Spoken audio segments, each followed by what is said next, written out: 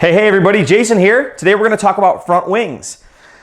Now this kind of whole thing kind of started, as far as I know, with Cody Newmandahl when he was at the World's Warm-Up in Japan running on AstroTurf, and it's really kind of caught fire, and the front wing thing has just gone crazy across the nation, and people have been using them on low traction, high traction, all kinds of stuff. So I finally broke down, even though all the guys were running them and just killing it at Surf City. Of course, Ryan Cavalieri crushed it at the 2015 Roar Nationals on slicks with a front wing.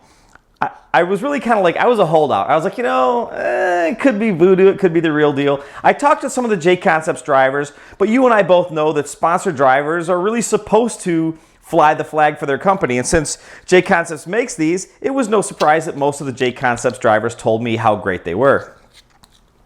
But while I was at Surf City, I asked Ryan Cavalieri. Now, Ryan doesn't run for J Concepts. Obviously, he runs for AKA. And so I knew that I would get the real answer from him because AKA doesn't make the wings. So the answer he was going to give me was going to be, the truth. And so as we got to talking, really, he used a word that I really like, and I've kind of experienced it myself. He used the word bitey. He said, I don't know that it really affected the car a lot, but it made the front end feel a little bit more bitey, or I guess you could use the word responsive, at higher speeds. So this last week, when I was club racing my TLR 22 2.0 buggy, I went ahead and put the wing on, as you can see right here. Now, what I ended up using was actually a B5 wing, and I'll put a link to the description below, but you can see this is the actual wing itself. And if you're running the middle holes on the actual buggy, on your TLR 22 buggy, you can run the outer holes on this and it'll work just fine. J Concepts actually offers a couple of different versions. They offer, obviously, because the shock towers are different between the B5 and the B5M. And really, I almost wish that J Concepts wouldn't have used B5 and B5M. I wish they would have just said, hey, look, are you running flat arms or are you running gull wing arms? Because that's really what makes the difference. But they basically have a wing they have a narrow wing, which is what this one is right here, for the B5 or B5M, and then they have a much wider one. I really haven't seen too many people adopt the wider one. I'm not exactly sure why. My local hobby shop had the narrow ones, and so that's what I ended up running. Now, a couple of things I want to talk about. When you look at other racing platforms, things like Formula One, right? You can see here on this Formula One car, it has front and rear wings. I've actually read up quite a bit on Formula One. A lot of these people will tell you that Formula One cars are actually terribly hard to drive and very sketchy at lower speeds. But as you start to push them really, really hard, they create tremendous amounts of downforce and create a lot more traction. I don't know if the physics really scales from 10th scale to real life Formula One cars, but it makes sense that at speed, these cars are going to develop more traction. Now, there are all kinds of other factors that are going on. Obviously, this front wing is creating, at least to some degree, turbulence, and it's interrupting airflow over the cab of the body and, of course, the rear wing. And so it's hard to say exactly how this is going to affect the car, and I don't think any of us will really ever know until one of us quits being lazy and develops some type of a wind tunnel. And so maybe that's a project we'll work on for another day. But let me just tell you what my experience was. I went ahead and put the wing on, and there was no question that at the fastest part of my track, which admittedly isn't the fastest track in the world, we're about 85, 86 feet long. We do have a really big sweeper though. There's no question that putting the wing on made the car it just had a little bit more steering. You could drive through that sweeper a little bit harder. And when the traction was up, the hot laps were pretty much identical. I think when the traction was up quite a bit, I think I went up like 1/10 faster with the wing.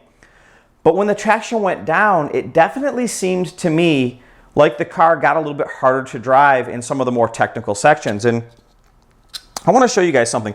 Here are two of these different wings. And you can see that this one basically has a full wicker bill, and it basically has a vertical surface right here on the back, where this one has been trimmed, and it doesn't really have a vertical surface. It just kind of goes up and has an angle. And this is my TLR 22 2.0 buggy right here. You guys can see that I run very, very little wicker bill. In fact, if you guys can see in this angle right here, basically I run 0 vertical lip. I want downforce, but I don't want to create drag. And to some degree, these two forces kind of go hand in hand. You can probably create more downforce by having some vertical lip on the wicker bill or on the rear wing in your buggy. but it creates drag. And so I just basically play with my setups to kind of work with my wing package.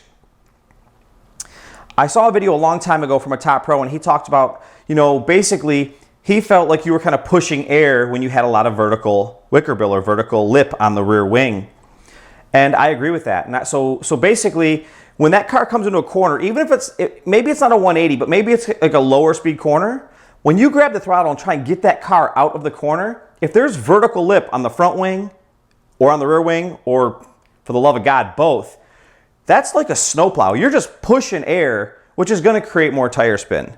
So I think the answer here is, if you're probably on a really high bite, high speed track, these front wings probably aren't a bad option. They probably could make the car easier to drive, add some steering, kind of hold it down, tuck it down into the track at speed.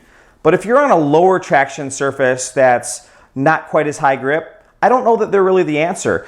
Luckily, I think they're like 10 or 11 bucks. They're relatively inexpensive. And so it's pretty cheap for you to go run to your local hobby shop, buy one of these wings, put it on your car, and try it out. And that's really what I would recommend you do. I can't tell you that they're the best thing since sliced bread, but I'm not going to tell you that they're all voodoo either, because I do think there is something to this phenomenon. So anyways, I hope you guys got a little bit out of this video. I hope you enjoyed watching it just as much as I enjoyed making it, and we'll see you guys in the next one. Thanks for watching. Bye-bye. I just want to say thanks again for watching my videos. I appreciate you guys watching. If you enjoyed this video, you'd be doing me a huge favor if you could either like, comment, or even better, subscribe. I post a lot of stuff on social media like Facebook, Instagram, Twitter, stuff like that. So if you want to catch up with me, I'll post this stuff up for you, and you can come on over, add me as a friend, follow me on Instagram, and you'll be able to see things that just don't make it to YouTube. Again, thanks for watching. We'll see you in the next one.